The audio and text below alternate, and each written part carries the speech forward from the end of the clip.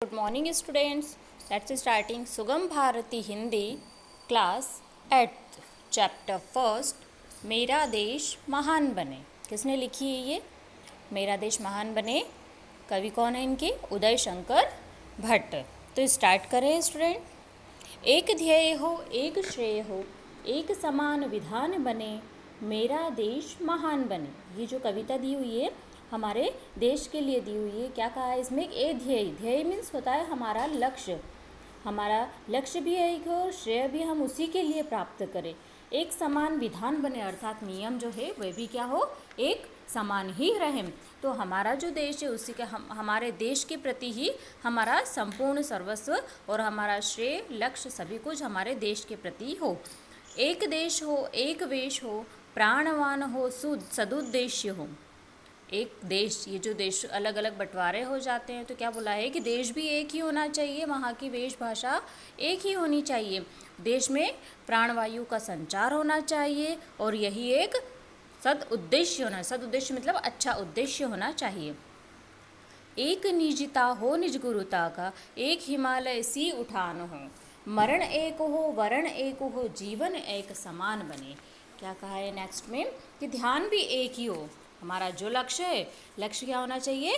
केवल एक ही होना चाहिए, एक ही लक्ष्य होना चाहिए। निज गुरुता का एक हिमालय सी उठानो। हिमालय किस प्रकार से ऊंचाई पर खड़ा हुआ है, कितनी ऊंचाई पर हिमालय है, ठीक है। तो वो क्या है, उत्तर से हमारी रखवाली करता है। तो हम भी कैसे बने? हिमालय के समान ही हमारी ऊंचाई बने।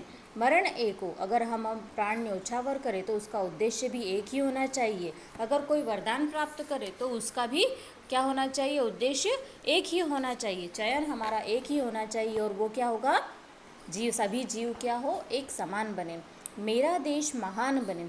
सिंहों से लड़ने वाले हो अवसर पर अड़ने वाले हो हंसते हंसते मौत मसल कर आसमान चढ़ने वाले हो। सिंह की भांति हम लड़ाई करें, सिंह के समान शेरों की तरह हम ताकतवर भी बने और उसी के समान हम लड़ाई करें। अगर कोई भी अवसर हमारे सामने आए तो हम उस पर सीना तान के खड़े रहें और उस अवसर का लाभ उठाएं। हंसते हंसते मौत मसल कर, अगर किसी विपत्ति में अगर हमारे ऊपर कोई परेशानी आ रही है, अगर देश के लिए प्राण न्योछावर करने की बात आ रही है तो उसके लिए भी हम हंसते हंसते अपने प्राणों को न्योछावर कर दें। आसमान चढ़ने वाले हो और उसी प्रकार से ऊंचाई ही ऊंचाई पर आगे बढ़ते जाएं।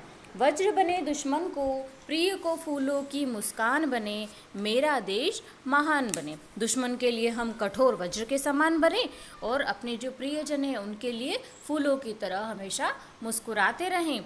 यही हम, इसी कारण से हमारा देश महान बन सकता है।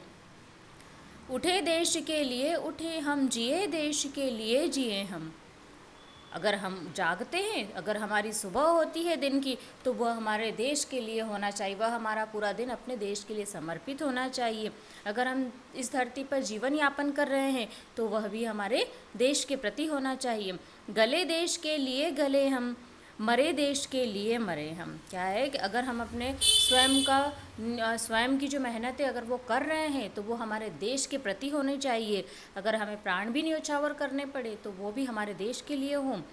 तन में मन में यही ध्यान हो भारत महिमावान बने मेरा देश महान बने। हमारे आँखों में, हमारे मन में और हमारे शरीर में जो भी ध्यान लगे, जो भी एकाग्रता बने, केवल वही एकाग्रता क्या होनी चाहिए कि हमारा जो भारत देश है वही उसकी महिमा का गुणगान अनंत समय तक चलता रहे और हमारा देश महान बने। तो ये स्टूडेंट्स आपका क्लास 8 का फर्स्ट चैप्टर था, उदय शंकर भट्ट द्वारा लिखित कविता मेरा देश महान बने। Okay student, bye.